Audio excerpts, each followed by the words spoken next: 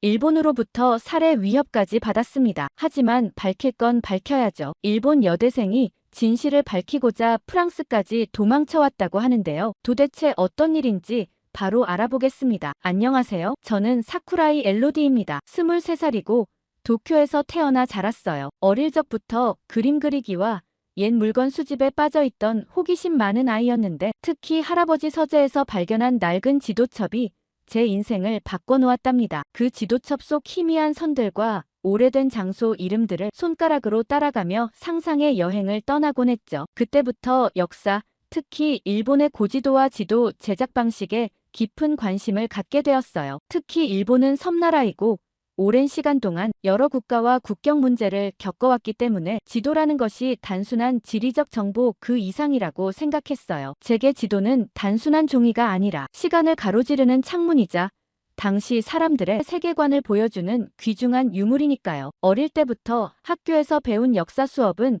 단순하고 명확했어요. 까만 교복을 입은 중학교 시절 야마구치 선생님은 항상 자랑스러운 표정으로 말씀하셨죠. 일본은 고대로부터 독립적인 국가였고 2600년이 넘는 역사 동안 단 한 번도 외세의 직접적인 지배를 받은 적이 없는 유일한 아시아 국가라고 하셨죠. 늘 외세의 침략을 받아온 약한 한국과는 비교도 안 된다고 하셨어요. 그때마다 교실은 자부심으로 가득 찼고 우리는 모두 벅찬 마음으로 선생님의 말씀을 받아들였죠. 선생님들은 다케시마가 역사적으로나 국제법적으로나 일본의 고유 영토라고 가르쳤고 오키나와와 쿠릴 열도 또한 일본이 오랫동안 관할해온 정당한 영토라고 설명했어요. 교실 벽에 걸린 대형 일본 지도에서 다케시마는 선명한 빨간색으로 표시되어 있었고 그 옆에는 작은 글씨로 현재 한국이 불법 점거 중이라는 문구가 적혀 있었답니다. 저도 그 말을 당연하게 받아들였어요. 어린 마음에 책과 교과서에 나온 정보는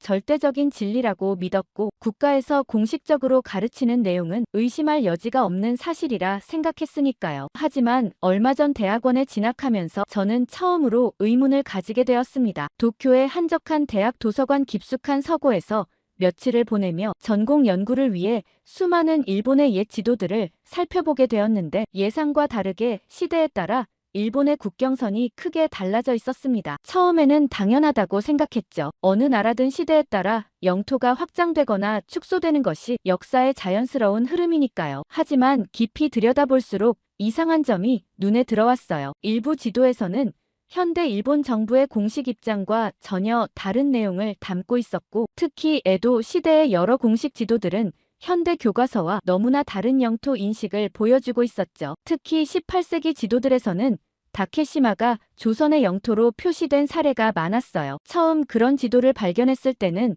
단순한 오류일 거라 생각했지만 여러 지도에서 동일한 표기가 반복된다는 사실이 점점 더 의아하게 느껴졌습니다. 본격적으로 연구를 시작하게 된 계기는 지도 제작 방식에 대한 세미나 수업에서였죠. 작은 세미나실에 모인 10명 남짓한 대학원생들 앞에서 타케다 교수님이 일본의 지도 제작 역사를 깊이 있게 설명해 주셨는데 저는 손을 들고 계속해서 질문을 던졌어요. 에도 시대의 지도 제작자들이 국경을 어떻게 확정했는지, 특히 현대적인 측량 기술이 없었던 시절에 어떻게 가능했는지 질문했습니다. 교수님은 일본이 서양식 지도 제작법을 본격적으로 도입한 것은 에도 시대 말기였으며 그 이전의 지도들은 대부분 대략적인 윤곽과 개념적인 영토를 반영하고 있었다고 설명했습니다. 그 말에 의문이 들었어요.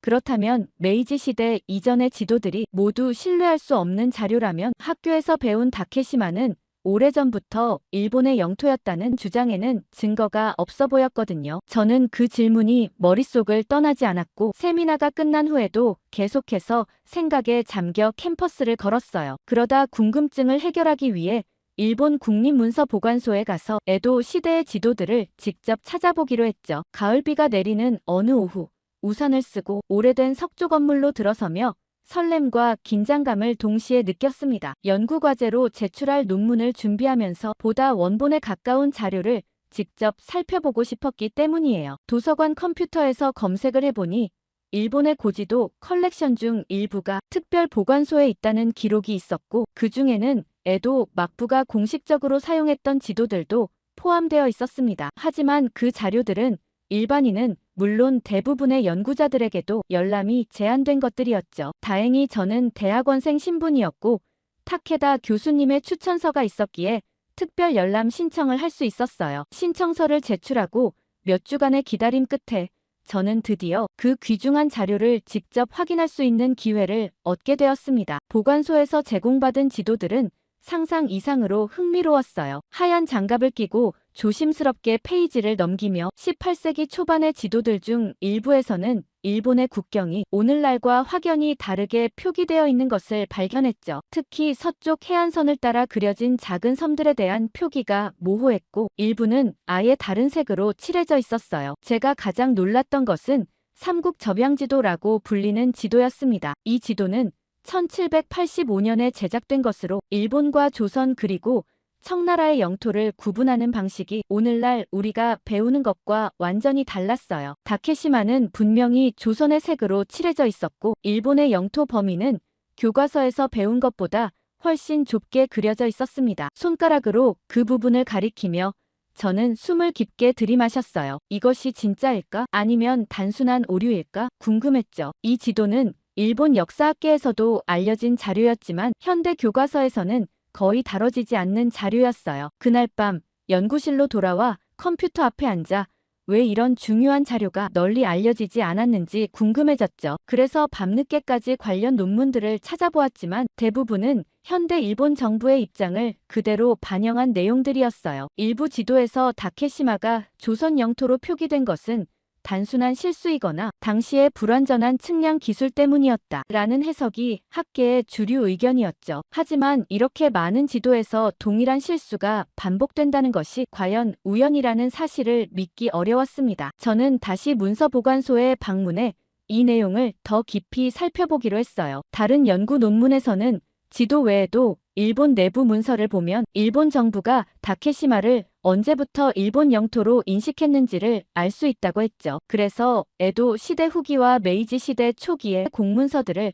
찾아보기 시작했습니다. 서고의 차가운 공기 속에서 몇 시간 동안 자료를 검토한 끝에 다케시마 취락 불어령이라는 문서를 발견했어요. 이 문서는 1837년에 일본 에도 막부가 다케시마로의 이동을 명확하게 금지한 법령이었고 여기에는 외국 영토에 대한 침범을 방지하기 위함이라는 명확한 이유까지 적혀 있었죠. 손이 떨렸어요. 이 말은 적어도 19세기 중반까지도 일본 정부가 공식적으로 다케시마를 일본 영토로 인식하지 않았다는 명확한 증거였으니까요. 그제야 저는 지금까지 배운 역사와 연구를 통해 알게 된 정보 사이에 깊은 괴리를 온몸으로 깨닫게 되었습니다. 그리고 제가 알고 있던 역사와는 다른 무언가가 존재한다는 사실을 깨닫게 되었죠. 그동안 학교 교육과 공식 역사서에서 배운 내용과는 정반대되는 증거를 제 눈으로 직접 본 것이었습니다. 그 황변된 지도 위에 선명하게 그려진 경계선과 조선 영토 표기는 마치 수십 년간 당연시 여겨온 진실에 금이 가는 순간이었어요. 손가락으로 섬의 윤곽을 따라가며 메이지 시대 이전 일본인들이 인식했던 세계관을 엿볼 수 있었습니다. 하지만 자료를 카피해서 가겠다고 하자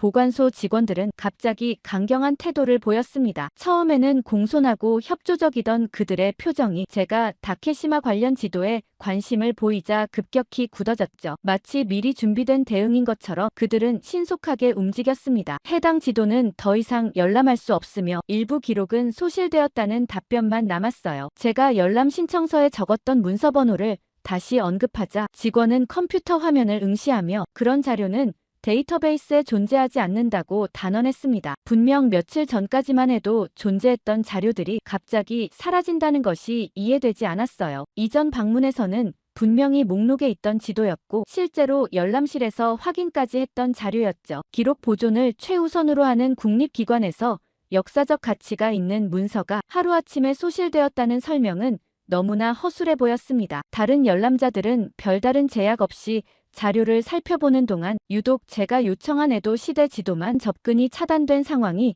무척 의심스러웠어요. 몇 번을 물어봐도 기계적인 답변뿐이었죠. 그날 이후 저는 고민 끝에 지도 교수인 타케다 노부이로 교수님을 찾아가기로 했어요. 타케다 교수님은 일본의 역사 연구자들 사이에서도 비교적 개방적인 사고방식을 가진 분이었죠. 기존의 역사 서술에 대한 의문을 제기하는 것이 위험할 수 있다는 사실을 알면서도 학문적인 탐구를 위해서는 다양한 시각을 고려해야 한다고 말씀하시던 분이었어요. 교수님께 이 문제를 상담하면 적어도 지금 제 머릿속에서 정리되지 않는 의문들에 대한 방향성을 잡을 수 있을 것 같았습니다. 연구실 문을 두드리고 들어서자 교수님은 언제나처럼 차분한 얼굴로 저를 맞아주셨어요. 하지만 제가 무슨 이야기라도 하려는 듯 입을 열자 교수님의 표정이 순간 굳어지는 것이 느껴졌습니다. 마치 예상했던 일이지만 동시에 원치 않는 이야기를 듣게 될 것을 직감한 듯한 표정이었어요. 저는 그동안 연구하면서 발견한 내용들을 천천히 설명하기 시작했죠. 처음에는 국립문서보관소에서 봤던 지도에 대한 이야기, 그리고 그 자료가 갑자기 사라졌다는 사실을 말했습니다. 이어서 에도 시대의 법령을 찾아보다가 발견한 다케시마 취락 불어령에 대해서도 언급했어요. 교수님은 제 이야기를 조용히 듣고 계셨지만 평소와는 다르게 긴장한 기색이 역력했죠. 저는 교수님이 이 문제에 대해 어떻게 생각하는지 알고 싶었습니다. 혹시 제가 모르는 연구 결과가 더 있는 건지 아니면 단순한 해석의 차이일 뿐인지 궁금했어요. 하지만 교수님은 한동안 아무 말도 하지 않으셨죠. 저는 그 침묵이 무겁게 느껴졌습니다. 잠시 후 교수님은 조심스럽게 입을 여셨어요. 일본에서 이런 연구를 한다는 것이 얼마나 위험한지 아느냐고 묻는 듯한 분위기였죠. 교수님은 일본에서 제공되는 자료만으로는 절대 진실에 도달할 수 없다고 하셨습니다. 그러면서도 이 문제를 깊이 파고들면 불필요한 관심을 받을 수 있다고 경고하셨어요. 연구자로서 진실을 탐구하는 것은 중요하지만 모든 진실이 환영받는 것은 아니라는 의미였죠. 교수님은 지금까지도 이런 문제를 연구했던 학자들이 많았지만 결국 그들의 연구는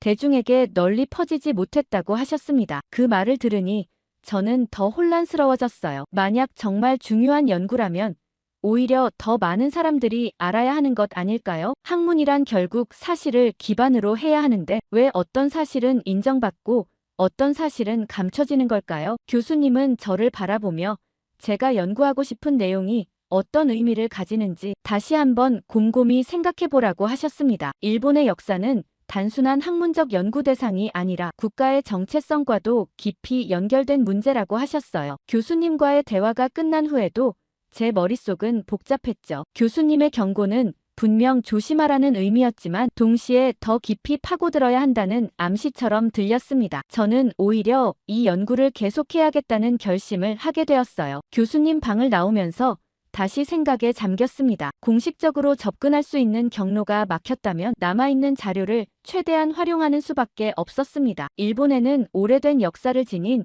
여러 박물관과 사립도서관들이 있으며 일부는 역사 연구자들에게만 제한적으로 개방되기도 해요. 도쿄 외곽의 작은 사립박물관부터 교토의 전통문화보존단체까지 가능한 모든 곳을 살펴보기로 마음먹었죠. 혹시라도 그곳에서 더 많은 정보를 얻을 수 있지 않을까 하는 희망을 품고 저는 매주 주말마다 도쿄 곳곳을 돌아다니며 관련 자료를 조사하기 시작했어요. 일본의 오래된 사립박물관 중에는 메이지 시대부터 이어져 내려온 특정 가문이 소장하고 있는 고문서들을 보관하는 곳도 많아요. 이런 박물관들은 종종 보물 같은 역사적 자료들을 간직하고 있죠. 일부 박물관은 일본 근대사 연구자들에게 중요한 사료들을 제공하지만 다른 한편으로는 역사적으로 민감한 자료들은 외부 연구자들에게 잘 공개되지 않는 경우도 있습니다. 특히 영토 문제와 관련된 문서들은 접근하기가 더욱 어려웠죠. 저는 그런 박물관 중 도쿄 서쪽 외곽에 위치한 한 곳을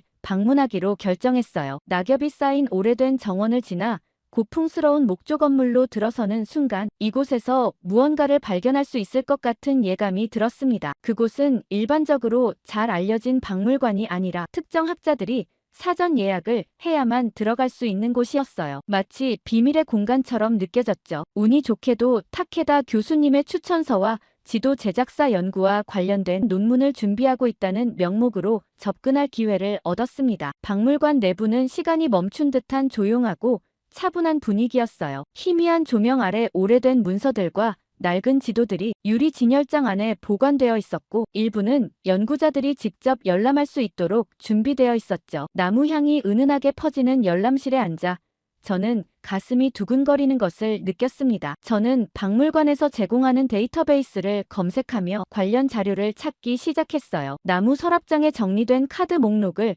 하나하나 넘기며 일본의 지도 제작 역사에서 중요한 역할을 했던 문서들을 살펴보던 중 흥미로운 컬렉션을 발견했죠. 혼전지라는 제목의 이 컬렉션에는 에도 시대 후기부터 메이지 시대 초반까지 제작된 다양한 지도들이 포함되어 있었어요. 하얀 면장갑을 끼고 조심스럽게 오래된 지도들을 살펴보며 한 장 한 장 넘겨보던 중 저는 놀라운 사실을 발견했습니다. 일부 지도에는 다케시마가 분명히 조선의 색으로 칠해져 있었어요. 연한 푸른색으로 표시된 일본 영토와 달리 다케시마는 조선을 나타내는 황토색으로 구분되어 있었죠. 일본의 공식적인 지도에서 다케시마가 조선 영토로 표시된 것을 직접 확인하는 순간 저는 순간적으로 숨이 멎는 듯한 기분이 들었어요. 손끝이 떨리고 심장이 빠르게 뛰었죠. 그동안 일본의 교과서에서는 한 번도 본 적 없는 내용이었습니다. 초등학교 때부터 다케시마는 일본의 고유 영토라고 배워왔는데 내 눈앞의 공식 지도는 완전히 다른 이야기를 하고 있었어요. 더욱 놀라운 것은 지도만이 아니었어요. 지도와 함께 보관된 일부 문서들을 살펴보니 메이지 시대 초기까지도 일본 정부가 다케시마를 일본 영토로 인식하지 않았다는 기록이 남아있었죠. 특히 한 문서는 메이지 정부 내부의 회의록으로 다케시마에 대한 명확한 일본 영토 편입 결정이 1905년까지도 없었다는 내용이 담겨 있었습니다. 이 말은 곧 일본이 다케시마를 일방적으로 자국 영토로 선언하기 이전까지는 공식적인 행정, 구역상에서도 이를 인정하지 않았다는 의미였어요. 문서의 묵직한 종이를 만지며 저는 역사의 무게를 온몸으로 느꼈습니다. 저는 급히 이 자료들을 정리해서 연구 노트에 기록해 두었어요. 빽빽한 글씨로 노트를 채우며 중요한 내용은 2번, 3번 반복해서 적었죠. 사진을 찍고 싶었지만 박물관 내부에서는 촬영이 금지되어 있었어요. 눈치를 살피며 몰래 사진을 찍을까도 생각했지만 연구 윤리에 어긋나는 행동은 하지 않기로 했습니다. 대신 중요한 문장과 문서의 개요를 상세히 메모하며 날짜와 출처를 꼼꼼히 기록했어요. 이 정보들을 어떻게 활용할 수 있을지를 고민하며 박물관의 시간이 지나가는 줄도 몰랐죠. 박물관을 나오는 길 저는 연구의 중요한 전환점을 맞이했다는 느낌이 들었어요. 노을이 지는 하늘을 배경으로 오래된 박물관 건물을 뒤로하며 제 마음속에는 흥분과 불안이 교차했습니다. 하지만 동시에 묘한 불안감도 들었어요. 마치 누군가가 저를 지켜보고 있는 듯한 느낌이었죠. 이 정도로 중요한 문서들이 오랫동안 사람들의 관심에서 벗어나 있었던 이유는 무엇일까요? 이런 자료들이 존재한다면 왜 일본 내에서 이에 대한 논의가 활발하지 않았던 걸까요? 이런 의문들이 머릿속을 맴돌았습니다. 그날 밤 저는 연구실에서 박물관에서 정리한 메모들을 다시 검토하며 논문의 초안을 작성하기 시작했어요. 창밖으로 내리는 가을비를 바라보며 이 연구가 제대로 발표된다면 일본의 역사 교육과 영토 인식에 대해 새로운 논의가 촉발될 수도 있겠다는 생각이 들었죠. 새벽까지 작업하며 중요 내용을 컴퓨터에 정리했고 혹시 모를 상황에 대비해 모든 파일을 USB 드라이브에 복사했습니다. 하지만 그런 희망적인 생각도 잠시 다음날 아침 연구실에 도착했을 때 저는 말로 설명할 수 없는 불안감에 휩싸이게 되었어요. 제 연구실 문이 평소보다 미세하게 열려 있었어요. 복도의 차가운 공기가 연구실 안으로 스며드는 것을 느낄 수 있었죠. 처음에는 단순한 착각이라고 생각했어요. 어젯밤 너무 피곤해서 제대로 문을 닫지 않고 나왔을 수도 있다고요. 하지만 문을 열고 안으로 들어갔을 때 책상이 어딘가 이상하다는 것을 깨달았습니다. 항상 왼쪽에 정리해두었던 연구 노트가 오른쪽으로 옮겨져 있었고 가장 최근까지 사용했던 문서들이 놓여있던 위치가 달라져 있었어요. 공기 중에는 낯선 담배 냄새가 희미하게 감돌았죠. 저는 순간적으로 연구실을 둘러보았어요. 서랍이나 문이 강제로 열렸다는 흔적은 없었어요. 하지만 뭔가가 달라져 있었습니다. 마치 누군가가 들어왔던 것 같았어요. 떨리는 손으로 노트북을 켜고 파일을 확인했죠. 화면이 켜지는 순간 제 심장은 빠르게 뛰기 시작했죠. 하지만 몇 개의 중요한 문서 파일이 사라져 있었어요. 원래 연구 자료를 보관하던 폴더에는 일부 파일만 남아 있었고 가장 중요한 내용이 담긴 파일들은 감쪽같이 삭제되어 있었습니다. 특히 어제 박물관에서 수집한 정보를 정리한 파일이 통째로 사라졌어요. 순간적으로 소름이 돋았어요. 단순한 실수일까요? 하지만 아무리 찾아봐도 파일이 어디에도 없었죠. 휴지통에도 다른 폴더에도 백업 파일도 모두 사라져 있었습니다. 처음 국립문서보관소에서 느꼈던 불길한 예감이 다시 떠올랐어요. 그때는 단순히 자료가 폐기되었거나 접근이 제한된 것이라 생각했지만 이제는 그것이 단순한 우연이 아니었을지도 모른다는 생각이 들었죠. 모든 상황이 연결되기 시작했습니다. 파일을 복구할 수 있을까 해서 급히 데이터 복구 프로그램을 다운로드받아 실행해봤어요. 컴퓨터 화면을 뚫어지게 바라보며 프로그램이 파일을 찾아내기를 간절히 바랐죠. 하지만 삭제된 파일들은 마치 일부러 흔적을 지운 것처럼 완벽하게 사라져 있었어요. 단순히 삭제 버튼을 누른 것이 아니라 전문적인 방법으로 파일을 제거한 것 같았습니다. 마치 경고 같았죠. 이제 저는 선택해야 했어요. 이 연구를 포기하면 저는 평범한 대학원생으로 돌아갈 수 있었어요. 다른 주제로 논문을 쓰고 무난하게 학위를 받고 안정적인 삶을 살 수 있었죠. 하지만 이 연구를 이어간다면 앞으로 더 큰 위험이 따를 수도 있었어요. 이미 누군가가 제 연구를 방해하고 있다는 것이 명백했으니까요. 이 상황을 어떻게 해야 할지 고민하던 중 떠오른 사람은 타케다 교수님이었어요. 지도 교수님이자 제가 가장 신뢰할 수 있는 분이었고 연구 과정에서 제게 방향을 제시해 주셨던 유일한 분이었죠. 처음부터 교수님은 이 연구가 단순하지 않다는 것을 알고 계셨던 것 같습니다. 교수님께서 조심해야 한다고 경고했던 말들이 머릿속에서 계속 맴돌았어요. 지금까지 저 혼자서 해결하려 했지만 교수님과 다시 한번 논의해야겠다는 생각이 들었죠. 연구실에서 나와 교수님의 연구실로 향했어요. 교수님과 연락을 시도해봤지만 며칠째 답장이 없었습니다. 평소 이메일 확인을 빠르게 하시는 분인데 아무런 응답이 없다는 점이 이상했어요. 연구실에 도착하자 더욱 불안한 기분이 들었죠. 평소 연구실 문 앞에는 교수님을 찾아오는 학생들이 몇 명씩 있었는데 오늘은 아무도 없었습니다. 문을 열어보니 연구실 내부가 텅 비어 있었어요. 책장에는 원래 빼곡히 들어차 있던 자료들이 정리되어 있었고 책상 위에는 아무것도 남아있지 않았죠. 이건 단순한 휴가가 아니었어요. 교수님이 갑자기 연구실을 비웠다는 것은 뭔가 급박한 일이 있었다는 뜻이었습니다. 저는 당황한 채로 학교 행정실을 찾아갔어요. 교수님께 무슨 일이 생긴 건지 확인하고 싶었죠. 하지만 행정실에서는 교수님이 갑작스럽게 해외 출국을 하셨다는 말만 반복했습니다. 제가 어떤 질문을 던져도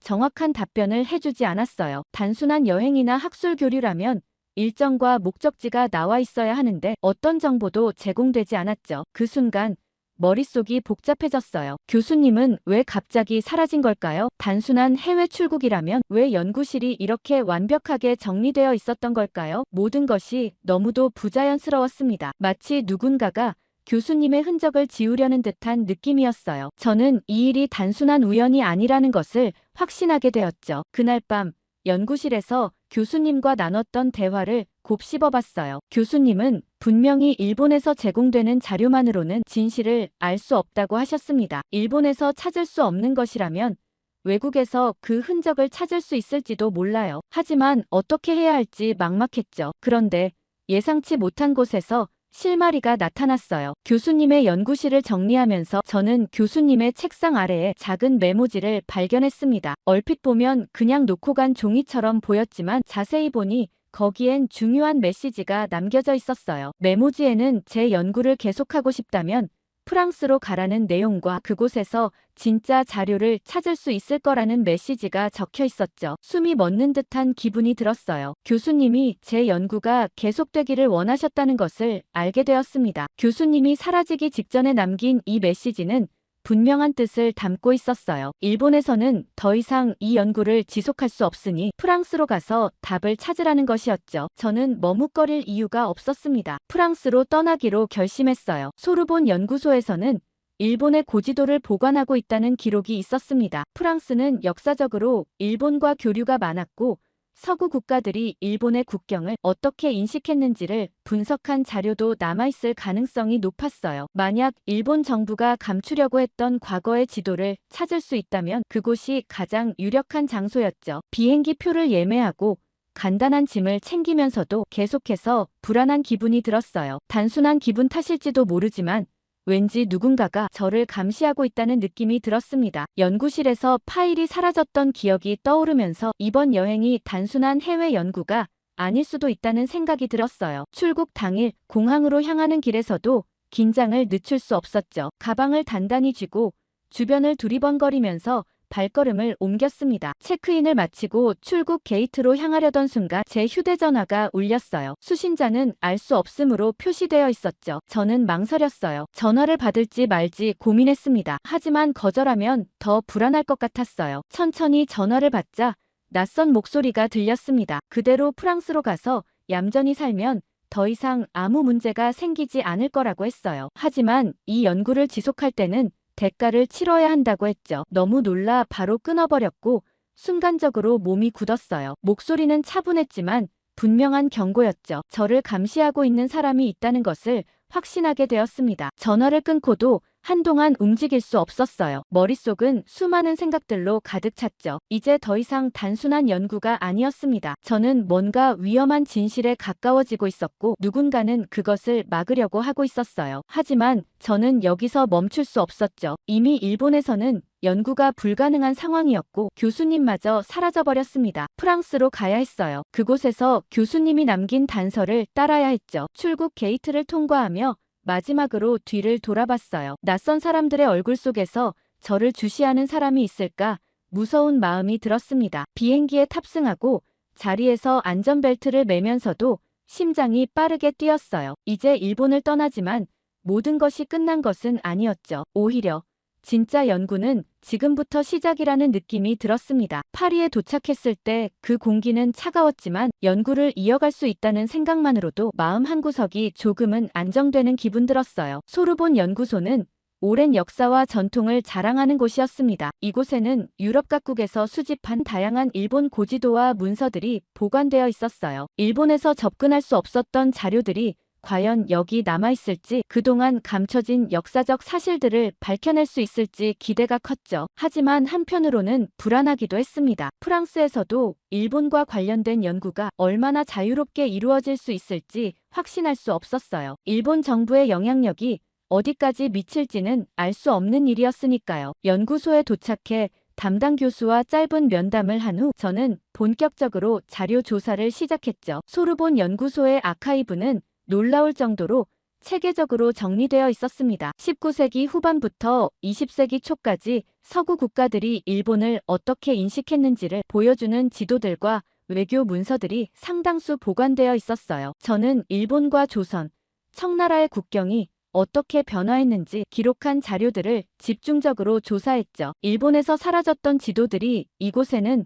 남아있을지도 몰랐습니다. 며칠 동안 문서들과 씨름하며 저는 한 가지 흥미로운 사실을 발견했어요. 유럽에서 제작된 일본의 옛 지도들은 대부분 일본 본토와 류큐 열도를 중심으로 그려져 있었죠. 그런데 일본 내에서 제작된 지도와 비교해보니 큰 차이가 있었습니다. 서구 국가들은 19세기까지 독도를 조선의 일부로 명확히 표기하고 있었어요. 더 충격적인 것은 메이지 시대 일본 정부가 직접 발행한 몇몇 지도에서도 다케시마가 일본 영토로 포함되지 않은 경우가 많았다는 점이었죠. 이제는 확신할 수 있었습니다. 일본 정부는 20세기에 들어서면서 특정 지도들을 삭제하거나 수정한 흔적이 분명히 남아 있었어요. 초기 지도에서는 독도가 일본 영토로 명확히 구분되지 않았지만 이후 발행된 지도들에서는 독도가 일본의 일부로 편입된 형태로 변경되어 있었습니다. 저는 이 모든 자료들을 하나하나 정리하기 시작했어요. 지도 이미지들을 비교 분석하며 일본에서 사라졌던 문서들과 소르본 연구소에서 발견한 문서들을 대조했죠. 그리고 저는 논문을 작성하기로 결심했어요. 연구를 통해 발견한 지도들과 문서들, 그리고 일본에서 확인할 수 없었던 자료들을 모두 정리해서 국제학술지에 발표하기로 했습니다. 일본 내에서는 이미 많은 자료들이 사라졌지만 해외에는 여전히 그 흔적이 남아 있었어요. 논문을 제출한 후 저는 한동안 불안한 마음으로 결과를 기다렸습니다. 학술지 편집위원회에서 심사가 진행되는 동안에도 저는 자료를 추가로 보완하고 연구소에서 더 많은 정보를 찾아 정리했어요. 그리고 마침내 제 논문이 국제학술지에 공식적으로 게재된다는 연락을 받았죠. 그 순간 복잡한 감정이 밀려왔습니다. 드디어 이 연구가 세상에 공개된다는 기쁨과 동시에 일본 정부의 반응이 걱정되었어요. 일본에서 제 논문이 어떤 의미로 받아들여질지 그리고 어떤 파장을 불러올지 알 수 없었죠. 그리고 연구가 깊어질수록 제 주변에는 알 수 없는 시선들이 늘어나고 있었습니다. 얼마 전 멀리 카페 한쪽 구석에서 정장을 입은 남성들이 앉아 있었어요. 2명이었죠. 그들은 조용히 대화를 나누고 있었지만 분명히 저를 바라보고 있었습니다. 그것도 아주 의식적으로요. 처음에는 단순한 기분 탓이라고 생각했어요. 하지만 그들이 떠나면서 제게 쪽지를 하나 남겼습니다. 이 논문을 세상에 내놓는 어리석은 선택을 하지 않기 바란다는 내용이었죠. 그때 마침 논문 심사가 통과되었다는 메시지를 받았습니다. 예정대로라면 다음 주에 세계 학회 자리에서 논문을 발표하게 될 것 같아요. 부디 그때까지 무사히 논문을 발표해 이 사실을 널리 알릴 수 있길 바랍니다. 재밌게 들으셨다면 구독과 좋아요 꼭 눌러주시고 일본에게 속 시원하게 한 말씀 댓글로 부탁드립니다. 시청해주셔서 감사합니다.